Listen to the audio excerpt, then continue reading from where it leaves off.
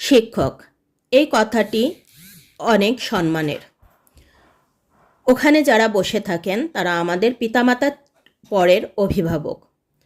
আমাদের অনেক বয়স হয়েছে, তারপরও আমাদের শিক্ষকদের দেখলে আমরা আগে সালাম দেওয়ার জন্য ব্যস্ত হয়ে পড়ি।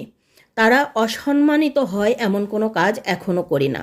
কিন্তু এখনকার শিক্ষকদের নিয়ে যেটা হচ্ছে সেটা আমার পছন্দ না।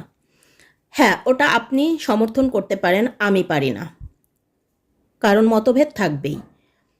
যতই খারাপ হোক শিক্ষক, তার পদত্যাগের একটা নিয়ম থাকে।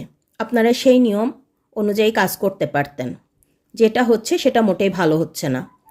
একটি শিক্ষকের পোস্ট আমি আপনাদের পড়ে শোনাচ্ছি। আমি যেহেতু প্রায় 22 বছর যাবৎ এই প্রতিষ্ঠানের প্রধান হিসেবে ছিলাম, তাই ব্যর্থতা আমারই। প্রিয় এলাকাবাসী, ক্ষমা করবেন, চেষ্টা করেছি কিন্তু পারি